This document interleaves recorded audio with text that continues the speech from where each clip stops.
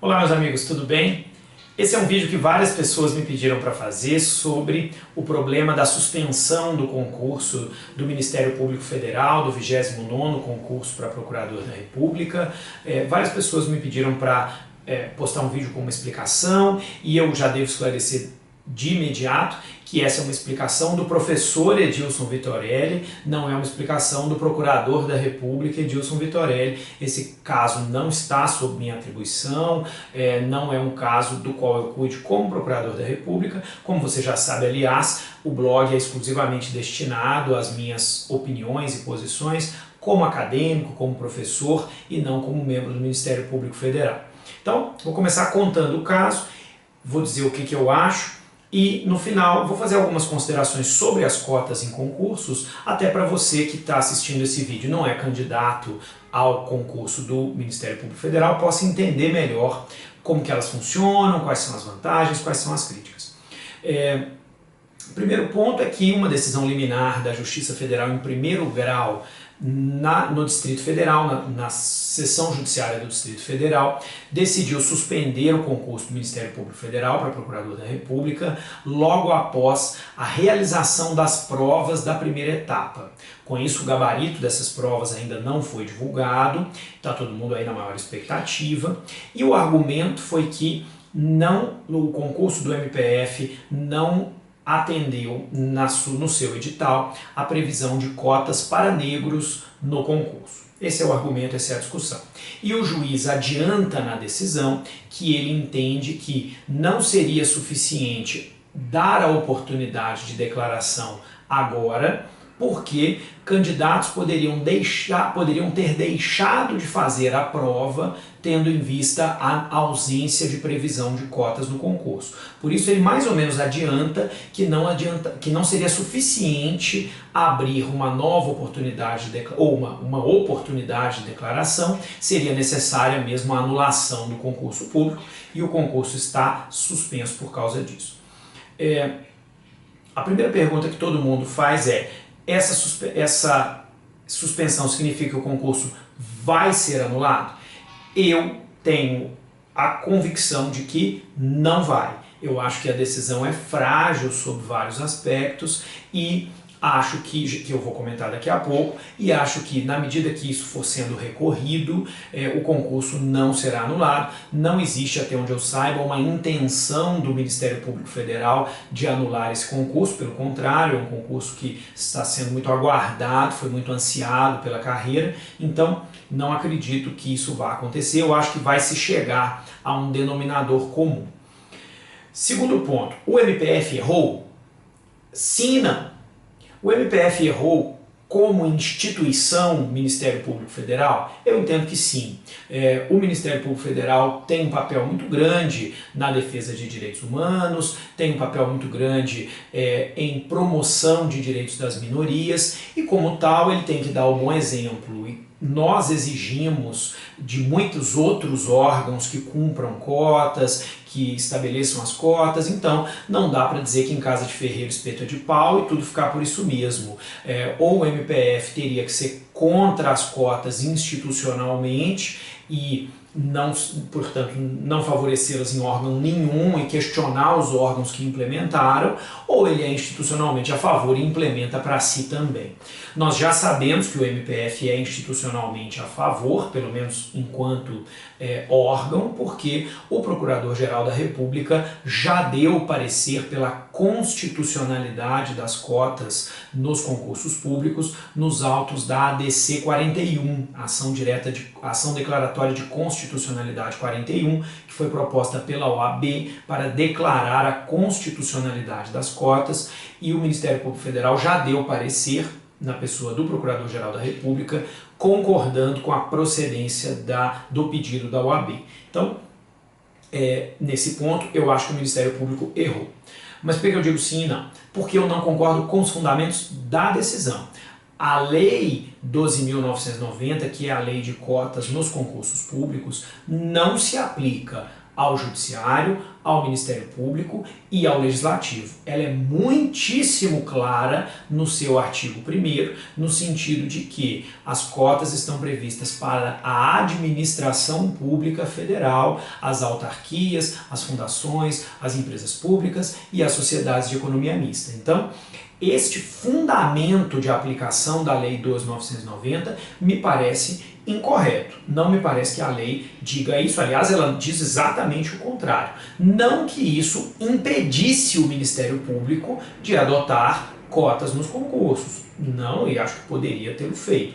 A questão é que ele não está obrigado a adotá-las exatamente nos moldes da Lei 12.990, que a ele não se aplica. Então vamos imaginar que o MPF queira fazer um concurso com 30% de cotas, ou com 15% de cotas, ou com cotas de outro jeito, ou com outra política de ação afirmativa, enfim. Tudo isso seria válido porque a lei explicitamente não se aplica ao Judiciário, ao Ministério Público, ao Legislativo, como está translúcido no seu próprio texto. Então, nesse ponto, me parece que o fundamento da decisão de impor essa lei ao Ministério Público, nesse aspecto, é equivocado. 2. Não me parece nem minimamente razoável a ideia de que um candidato ao MPF pudesse ler o edital e dizer: ah, não tem cota, não vou me inscrever para esse concurso. Isso já me parece uma afirmativa pouco fundamentada em qualquer concurso. Eu trabalho com concursos públicos há mais de 10 anos e eu não consigo imaginar que um candidato, ao ler o edital, deixasse de se inscrever no concurso exclusivamente porque o concurso não prevê cotas, que foi o que o juiz disse na decisão. Esse ponto, realmente, ainda que a gente possa imaginar isso acontecendo, na vida real, eu duvido que alguém fizesse isso. E essa ideia é ainda menos razoável quando se trata especificamente do concurso público para o MPF. Nós já tivemos 28 concursos públicos ao longo da história do MPF. Eu fiz um levantamento e até onde eu consegui identificar, a previsão de cotas de qualquer natureza para qualquer grupo no concurso do MPF ao longo de 28 concursos só teria feito diferença em 2 concursos e ainda assim apenas para a primeira etapa. Em todos os concursos do MPF, em toda a sua história, a nota de aprovação na segunda etapa e na prova oral sempre foi a nota mínima do candidato. Sempre foi. Então não adianta você criar a cota, porque mesmo o cotista tem que fazer a nota mínima para seguir para a etapa subsequente. A cota não reduz a nota mínima. Ela só evita que, na hipótese da nota de corte estar acima do mínimo, aí o cotista vai ter um benefício, porque ele concorre separadamente dos outros candidatos. Mas o mínimo todo mundo tem que fazer. Em 28 concursos, todos eles, a nota de aprovação na segunda etapa e a nota de aprovação na prova oral sempre foi a nota mínima. Eu consegui identificar apenas 2 concursos dos 28 em que a nota de aprovação na primeira etapa não foi a nota mínima do concurso público. Então, um candidato ao MPF não tem uma expectativa fundada de que a cota o ajudará. Pode até ser que ajude, mas isso é uma hipótese e é uma hipótese que estatisticamente ocorreu em menos de 10% dos concursos ao longo da história. Então, não é proporcional prejudicar todos os candidatos que se inscreveram e que fizeram a prova em nome da hipótese de que algum candidato, prevendo que não seria beneficiado numa situação que só ocorre em menos de 10% dos casos, tenha deixado de se inscrever. Então, realmente, Por isso que eu digo que acho que a decisão não tem muita chance de prevalecer. É fácil perceber que não há uma expectativa legítima de qualquer candidato do MPF de dizer eu só vou passar se tiver cota. Não há essa expectativa. O grande desafio para qualquer candidato do MPF é passar do mínimo, é pular a trave lá para fazer uma referência olímpica. Todo mundo tem que pular o mínimo. Se você não pular o mínimo, ainda que tiver só você não vai ganhar. E o desafio do MPF é pular o mínimo. Então, cotas para isso não resolvem nada. Então as cotas só teriam favorecido em 2 concursos, apenas na primeira etapa, aqueles candidatos que fossem cotistas. Dito isso, falando sobre se o Ministério Público deveria ou não deveria aplicar as cotas e qual é o problema das cotas. Pessoal, eu escrevi um artigo já sobre isso, que já foi publicado na Revista de Direito Administrativo da Fundação Getúlio Vargas, que vou deixar o link aqui embaixo para vocês, tá? Ela para o público online, e eu acabei de publicar, vou mostrar aqui para vocês, a 4ª edição do meu livro do Estatuto da Igualdade Racial e Comunidades Quilombolas. Então, depois de muita espera, saiu agora pela editora Juspodium a 4ª edição do Estatuto da Igualdade Racial e Comunidades Quilombolas. Eu já fiz muitas pesquisas sobre isso, tem pelo menos 5 anos que eu estudo essa questão e já escrevi bastante sobre isso. O que eu posso dizer a vocês sobre esse problema? A lei das cotas em concursos públicos foi apresentada ao Congresso Nacional pela então presidente Dilma Rousseff em dezembro de 2013 e foi aprovada, sancionada e promulgada em maio de 2014. Ou seja, toda a discussão sobre cotas em concursos públicos no Legislativo brasileiro durou apenas 4 meses. Isso contando com o recesso parlamentar dezembro e janeiro. Se você excluir o recesso, o Congresso Nacional, nas 2 casas, só discutiu cotas em concursos públicos durante 2 meses do ano, ou 3 meses no máximo, mas teve o prazo de sanção. Então, março e abril de 2014 foi tudo que o Congresso Nacional levou para discutir esse assunto. Não por coincidência, tratava-se de um ano eleitoral. Então, lamentavelmente para nós, a lei das cotas em concursos públicos não foi objeto de um debate adequado no Brasil. Muito diferentemente da lei das cotas em universidades, que foi aprovada 10 anos depois da implementação original das cotas, já tinha sido julgada a ADPF 186, havia uma grande massa crítica de informação sobre cotas em universidades para que a lei fosse feita. E a lei das cotas em universidades é muito boa, porque ela combina o critério racial com o critério social, ela estabelece percentuais interessantes, ela estabelece cortes interessantes.